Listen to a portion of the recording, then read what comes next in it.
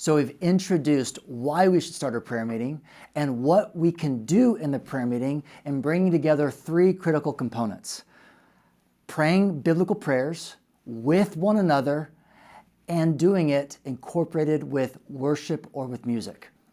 But here's the challenge, Alejo. You're sitting at a piano. Some people don't have someone that can sit at a piano or knows how to play. So what about those prayer meetings that are in our homes, on our campuses, or even in our churches, large or small, short or long, that have no buddy in their group that can play an instrument? What can we do?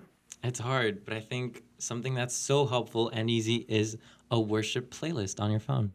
And not only helpful, it's proven. I have personally experienced this and utilized this in my own family, and know scores of people that have done this in prayer rooms and prayer meetings across the nations. And so we want to give a few tips for a successful worship playlist prayer meeting.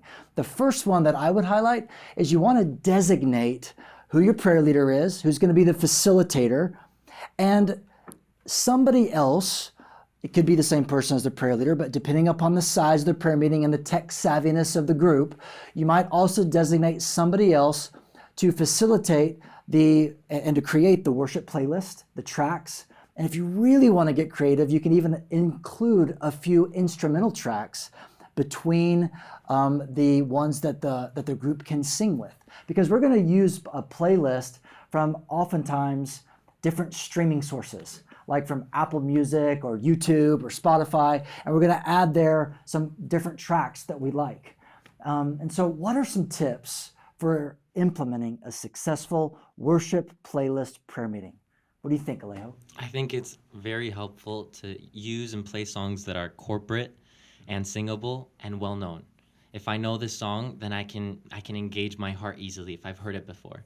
And I can sing the lyrics because I've heard the song before. Or if it's not a song that's well known, it's a song that it's easy to catch on to. It's a song that's easy to sing, that I can hold on to. It's easy lyrically, that I can sing and really engage with it. That's important. And to add to that same point, and as your prayer meeting continues, whether it's every other day or every week or a couple times a month, to even use those same songs so that people can become more and more familiar with them. That's great. What about you, Gabby?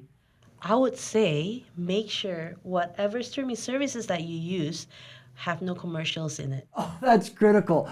And it's the worst when you're in the middle of a prayer time or a worship time and that track is, it's like it's broken with that commercial. It's horrible. Yeah, it cuts the flow. No. Oh, to say the least, it cuts the flow.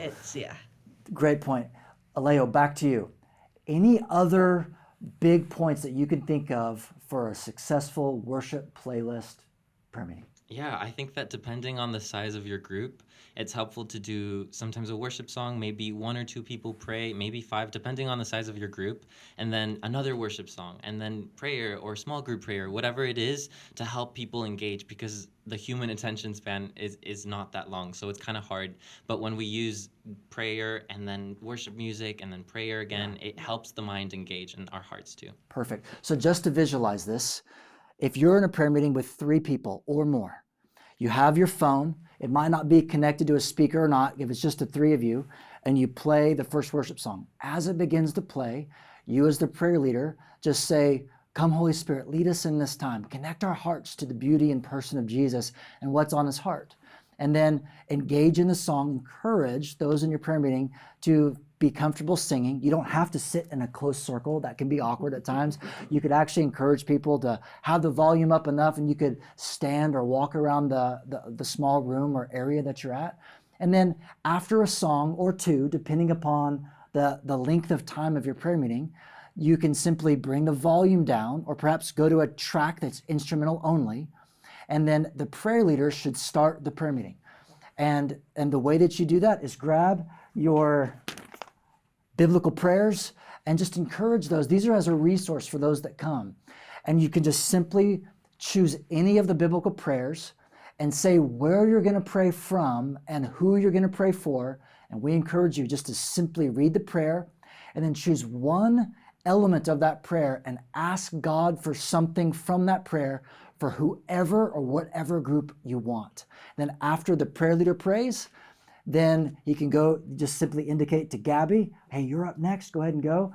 All the while the music is in the background, and then Gabby can pray.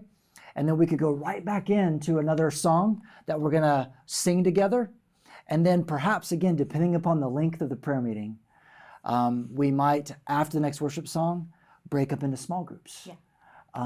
Or while the worship song is playing, we might do that right then and not actually sing together, but actually break up into small groups.